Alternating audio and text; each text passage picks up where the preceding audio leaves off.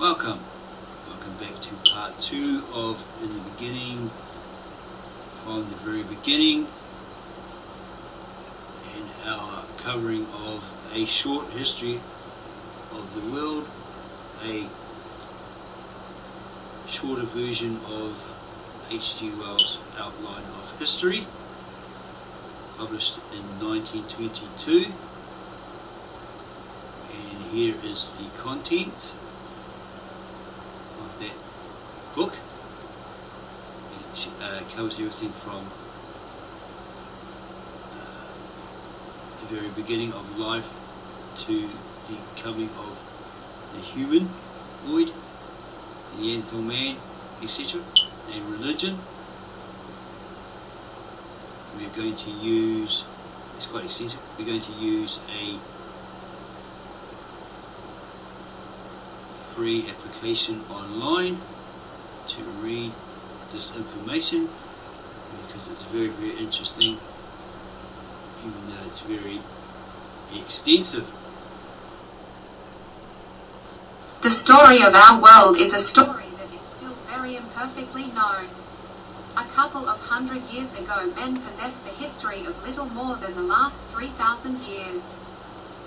What happened before that time was a matter of legend and speculation. Over a large part of the civilized world, it was believed and taught that the world had been created suddenly in 4004 BC. Though authorities differed as to whether this had occurred in the spring or autumn of that year. This fantastically precise misconception was based upon a too literal interpretation of the Hebrew Bible and upon rather arbitrary theological assumptions connected therewith. Such ideas have long since been abandoned by religious teachers. And it is universally recognized that the universe in which we live has to all appearances existed for an enormous period of time, and possibly for endless time. Of course, there may be deception in these appearances, as a room may be made to seem endless by putting mirrors facing each other at either end. But that the universe in which we live has existed only for 6,000 or 7,000 years may be regarded as an altogether exploded idea. The Earth, as everybody knows nowadays, is a spheroid, a sphere slightly compressed, orange fashion, with a diameter of nearly 8,000 miles. Its spherical shape has been known at least to a limited number of intelligent people for nearly 2,500 years, but before that time it was supposed to be flat.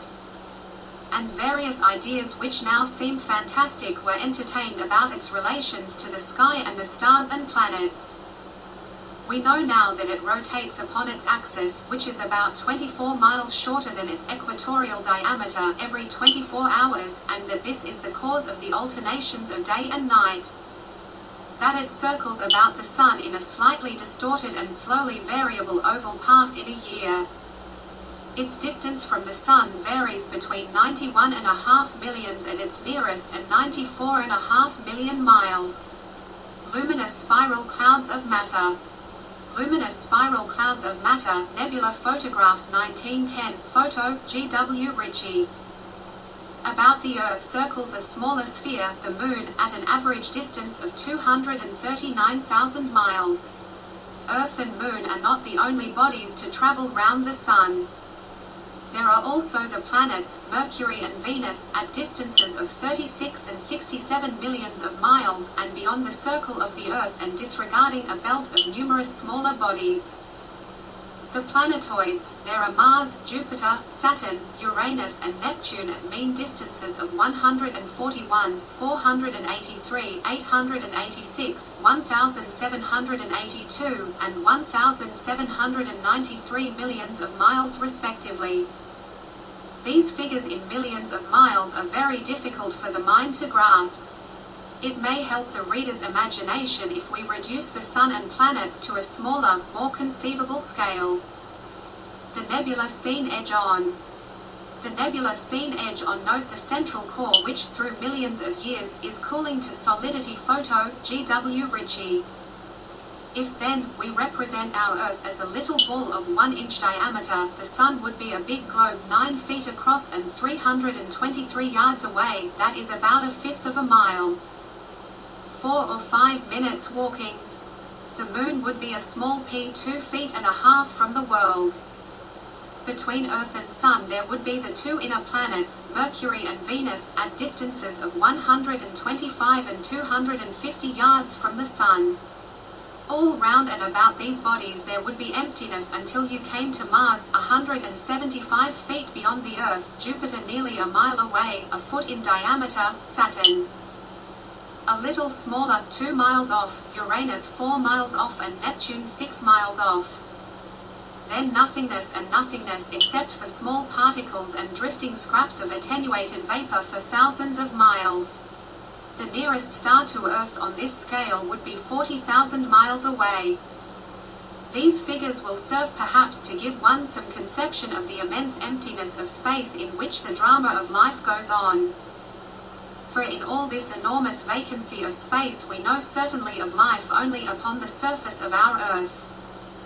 It does not penetrate much more than 3 miles down into the 4,000 miles that separate us from the center of our globe, and it does not reach more than 5 miles above its surface. Apparently all the limitlessness of space is otherwise empty and dead. The deepest ocean dredgings go down to 5 miles. The highest recorded flight of an aeroplane is little more than 4 miles. Men have reached to 7 miles up in balloons, but at a cost of great suffering. No bird can fly so high as 5 miles, and small birds and insects which have been carried up by aeroplanes drop off insensible far below that level. To the world in time. In the last 50 years there has been much very fine and interesting speculation on the part of scientific men upon the age and origin of our Earth. Here we cannot pretend to give even a summary of such speculations because they involve the most subtle mathematical and physical considerations. The truth is that the physical and astronomical sciences are still too undeveloped as yet to make anything of the sort more than an illustrative guesswork. The general tendency has been to make the estimated age of our globe longer and longer. It now seems probable that the Earth has had an independent existence as a spinning planet flying round and round the Sun for a longer period than 2 billion years. It may have been much longer than that. This is a length of time that absolutely overpowers the imagination. Before that vast period of separate existence, the Sun and Earth and the other planets that circulate round the Sun may have been a great swirl of diffused matter in space. The telescope reveals to us in various parts of the heavens luminous spiral clouds of matter, the spiral nebulae, which appear to be in rotation about a center. It is supposed by many astronomers that the Sun and its planets were once such a spiral, and that their matter has undergone concentration into its present form.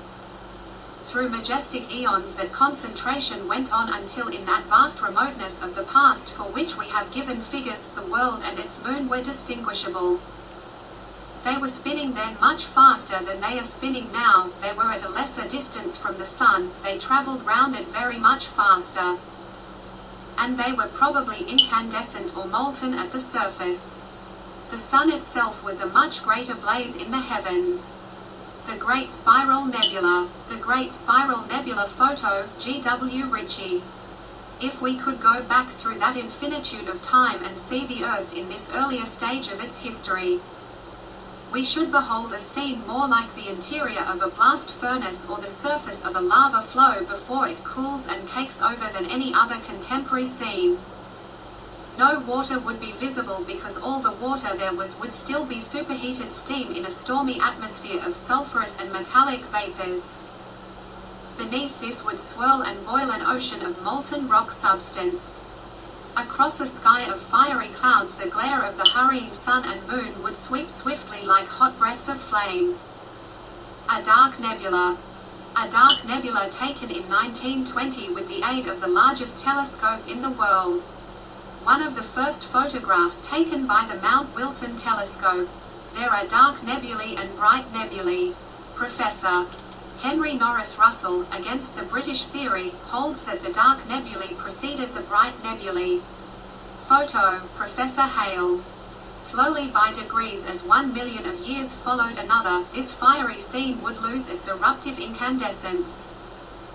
The vapors in the sky would rain down and become less dense overhead. Great slaggy cakes of solidifying rock would appear upon the surface of the molten sea and sink under it, to be replaced by other floating masses. The sun and moon, growing now each more distant and each smaller, would rush with diminishing swiftness across the heavens. The moon now, because of its smaller size, would be already cooled far below incandescence, and would be alternately obstructing and reflecting the sunlight in a series of eclipses and full moons. Another spiral nebula. Another spiral nebula photo, G.W. Ritchie. And so, with a tremendous slowness through the vastness of time, the Earth would grow more and more like the Earth on which we live, until at last an age would come when, in the cooling air, steam would begin to condense into clouds, and the first rain would fall hissing upon the first rocks below. For endless millennia the greater part of the Earth's water would still be vaporized in the atmosphere. But there would now be hot streams running over the crystallizing rocks below, and pools and lakes into which these streams would be carrying detritus and depositing sediment. Landscape before life. Landscape before life, great lava-like masses of rock without traces of soil. At last a condition of things must have been attained in which a man might have stood up on earth and looked about him and lived. If we could have visited the earth at that time, we should have stood on great lava-like masses of rock without a trace of soil or touch of living vegetation, under a storm-rent sky. Hot and violent winds, exceeding the fiercest tornado that ever blows, and downpours of rain such as our milder, slower earth today knows nothing of, might have assailed us. The water of the downpour would have rushed by us, muddy with the spoils of the rocks, coming together into torrents, cutting deep gorges and canyons as they hurried past to deposit their sediment in the earliest seas. Through the clouds we should have glimpsed a great sun moving visibly across the sky, and in its wake and in the wake of the moon would have come a diurnal tide of earthquake and upheaval. And the moon, which nowadays keeps one constant face to earth, would then have been rotating visibly and showing the side it now hides so inexorably. The earth aged. 1,000,000 years followed another, and the day lengthened, the sun grew more distant and milder, the moon's pace in the sky slackened. The intensity of rain and storm diminished, and the water in the first seas increased and ran together into the ocean garment our planet henceforth wore. But there was no life as yet upon the earth, the seas were lifeless, and the rocks were barren. 3. The beginnings of life. As everybody knows nowadays, the knowledge we possess of life before the beginnings of human memory and tradition is derived from the markings and fossils of living things in the stratified rocks. We find preserved in shale and slate, limestone and sandstone, bones, shells, fibers, stems, fruits, footmarks, scratchings and the like, side by side with the ripple marks of the earliest tides and the pittings of the earliest rain falls. It is by the sedulous examination of this record of the rocks that the past history of the Earth's life has been pieced together. That much nearly everybody knows today. The sedimentary rocks do not lie neatly stratum above stratum, they have been crumpled, bent, thrust about, distorted and mixed together like the leaves of a library that has been repeatedly looted and burnt. And it is only as a result of many devoted lifetimes of work that the record has been put into order and read. The whole compass of time represented by the record of the rocks is now estimated as 1,600,000,000 years. The earliest rocks in the record are called by geologists the Azoic rocks, because they show no traces of life. Great areas of these Azoic rocks lie uncovered in North America, and they are of such a thickness that geologists consider that they represent a period of at least half of the 1,600,000,000 which they assign to the whole geological record. Let me repeat this profoundly significant fact. Half the great interval of time since land and sea were first distinguishable on Earth has left us no traces of life. There are ripplings and rain marks still to be found in these rocks, but no marks nor vestiges of any living thing. Marine life in the Cambrian period. Marine life in the Cambrian period 1 and 8, jellyfishes, 2, hylids, swimming snail, 3, Humenocaris, 4, Protospongia, 5, lampshells Obolella, 6, Orthoceras, 7, trilobite paradoxides. See fossil on page 13, 9, coral Archaeocyathus, 10, Rhyograptus, 11, trilobite Olanellus, 12, Palestrina. Then, as we come up the record, signs of past life appear and increase. The age of the world's history in which we find these past traces is called by geologists the Lower Paleozoic Age. The first indications that life was astir are vestiges of comparatively simple and lowly things, the shells of small shellfish, the stems and flower-like heads of zoophytes, seaweeds and the tracks and remains of sea worms and crustacea. Very early appear certain creatures rather like plant lice, crawling creatures which could roll themselves up into balls as the plant lice did the trilobites. Later, by a few million years or so, come certain sea scorpions, more mobile and powerful creatures than the world had ever seen before. Fossil trilobite, slightly magnified. Fossil trilobite, slightly magnified, photo, John J. Ward, FES. None of these creatures were of very great size.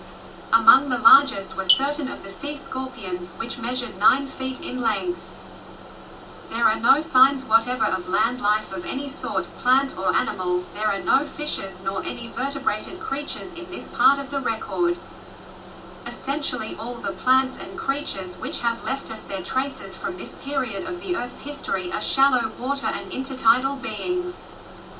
If we wish to parallel the flora and fauna of the lower Paleozoic rocks on the Earth today, we should do it best, except in the matter of size, by taking a drop of water from a rock pool or scummy ditch and examining it under a microscope. The little crustacea, the small shellfish, the zoophytes and algae we should find there would display a quite striking resemblance to these clumsier, larger prototypes that once were the crown of life upon our planet. Early Paleolithic fossils of various species of this most ancient genus of shellfish still live today in Natural History Museum, London. It is well, however, to bear in mind that the lower Paleozoic rocks probably do not give us anything at all representative of the first beginnings of life on our planet. Unless a creature has bones or other hard parts, unless it wears a shell or is big enough and heavy enough to make characteristic footprints and trails in mud, it is unlikely to leave any fossilized traces of its existence behind. Today there are hundreds of thousands of species of small soft-bodied creatures in our world which it is inconceivable can ever leave any mark for future geologists to discover. In the world's past, millions of species of such creatures may have lived and multiplied and flourished and passed away without a trace remaining. The waters of the warm and shallow lakes and seas of the so-called Azoic period may have teemed with an infinite variety of lowly, jelly-like, shell-less and boneless creatures. And a multitude of green scummy plants may have spread over the sunlit intertidal rocks and beaches. The record of the rocks is no more a complete record of life in the past than the books of a bank are a record of the existence of everybody in the neighborhood. It is only when a species begins to secrete a shell or a spicule or a carapace or a lime-supported stem, and so put by something for the future, that it goes upon the record. But in rocks of an age prior to those which bear any fossil traces, graphite, a form of uncombined carbon, is sometimes found. And some authorities consider that it may have been separated out from combination through the vital activities of unknown living things.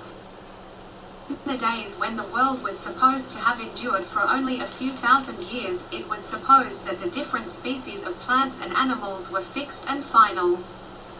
They had all been created exactly as they are today, each species by itself. But as men began to discover and study the record of the rocks, this belief gave place to the suspicion that many species had changed and developed slowly through the course of ages. And this again expanded into a belief in what is called organic evolution, a belief that all species of life upon Earth, animal and vegetable alike, are descended by slow continuous processes of change from some very simple ancestral form of life, some almost structureless living substance, far back in the so-called Azoic seas. This question of organic evolution, like the question of the age of the Earth, has in the past been the subject of much bitter controversy. There was a time when a belief in organic evolution was for rather obscure reasons supposed to be incompatible with sound Christian, Jewish and Muslim doctrine. That time has passed, and the men of the most orthodox Catholic, Protestant, Jewish and Mohammedan belief are now free to accept this newer and broader view of a common origin of all living things. No life seems to have happened suddenly upon Earth. Life grew and grows. Age by age, through gulfs of time at which imagination reels, life has been growing from a mere stirring in the intertidal slime towards freedom, power and consciousness. Life consists of individuals.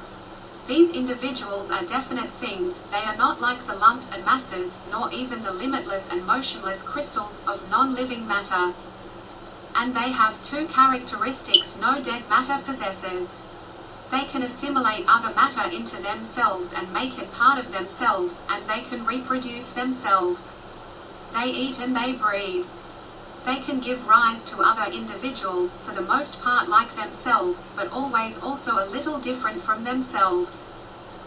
There is a specific and family resemblance between an individual and its offspring, and there is an individual difference between every parent and every offspring it produces.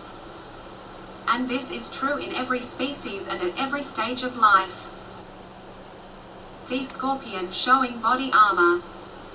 Now scientific men are not able to explain to us either why offspring should resemble nor why they should differ from their parents. But seeing that offspring do at once resemble and differ, it is a matter rather of common sense than of scientific knowledge that, if the conditions under which a species live are changed, the species should undergo some correlated changes.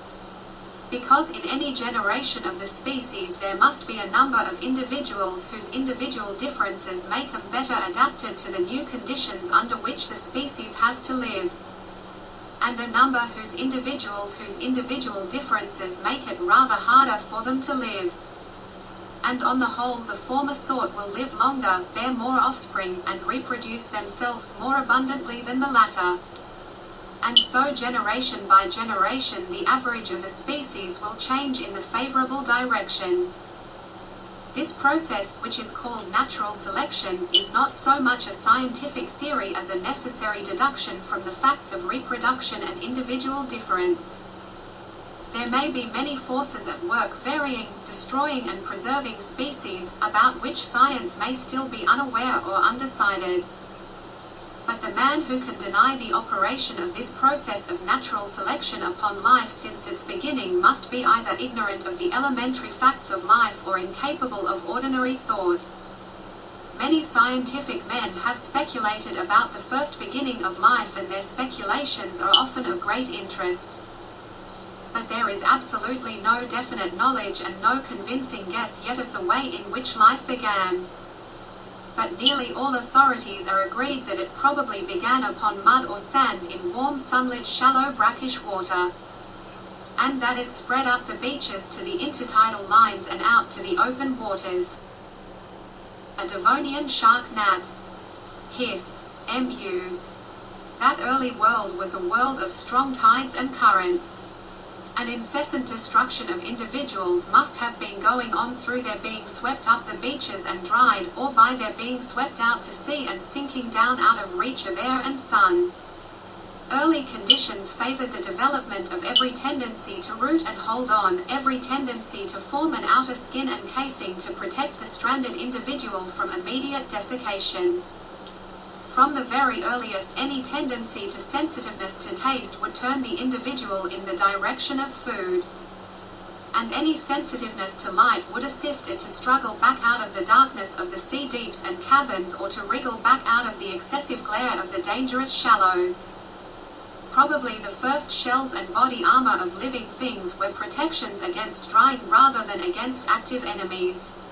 But tooth and claw come early into our earthly history. We have already noted the size of the earlier water scorpions. For long ages such creatures were the supreme lords of life.